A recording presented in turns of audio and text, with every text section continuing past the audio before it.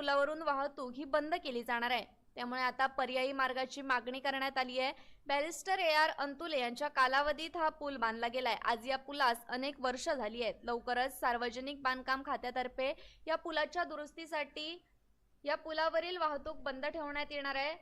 या पुलावरील वाहतूक बंद केल्याने अनेक स्थानिक नागरिक व पर्यटक यांना मुरुड येथे येण्यास अशक्य होणार आहे। यासाठी सार्वजनिक बांधकाम खात्याने सर्वप्रथम लोकांना असणारी पर्यायी वाहतूक उपलब्ध करून द्यावी, मगच पुलाच्या दुरुस्तीचं काम सुरू करावं, अशी मागणी महाराष्ट्र नवनिर्माण सेनेचे रायगड जिल्हाध्यक्ष शैलेश खोत व मनसेचे मुरुड तालुका सचिव राजेश तरे यांनी याबाबत लेखी निवेदन कार्यकारी अभियंता अलिबाग यांना दिलेल्या निवेदनात समस्या मांडण्यात आली आहे।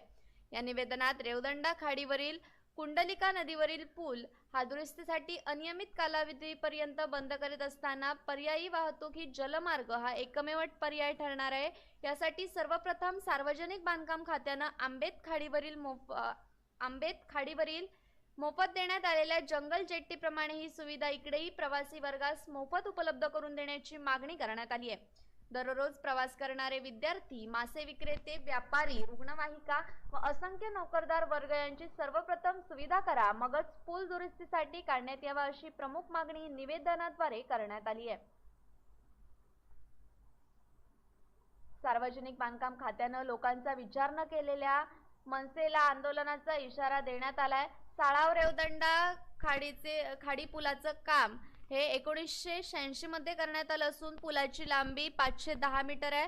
पुलाला 12 गाळे आहेत। या गाळ्याचे पिलर्स कमकुवत झाले असल्याचं स्ट्रक्चर ऑडिट मध्ये नमूद करण्यात आलंय। कोकणात रायगड जिल्ह्यातील मुंबईला जोडणारा व येथील पर्यटनासाठी महत्वाचा असलेला साळाव रेवदंडा पूल दुरुस्तीमुळे वाहतुकीसाठी बंद करण्यात येणार आहे। तर इकडे रत्नागिरी रायगडला जोडणारा आंबेत खाडीवरचा पूल दुसऱ्यांदा दुरुस्तीसाठी काढण्यात आल्यानं यापूर्वीच बंद करण्यात आलाय। कोकणात रायगड जिल्ह्यातील मुंबईला जोडणारा व येथील पर्यटनासाठी महत्त्वाचा असलेला साळाव रेवदंडा पूल दुरुस्तीमुळे वाहतुकीसाठी बंद करण्यात येणार आहे।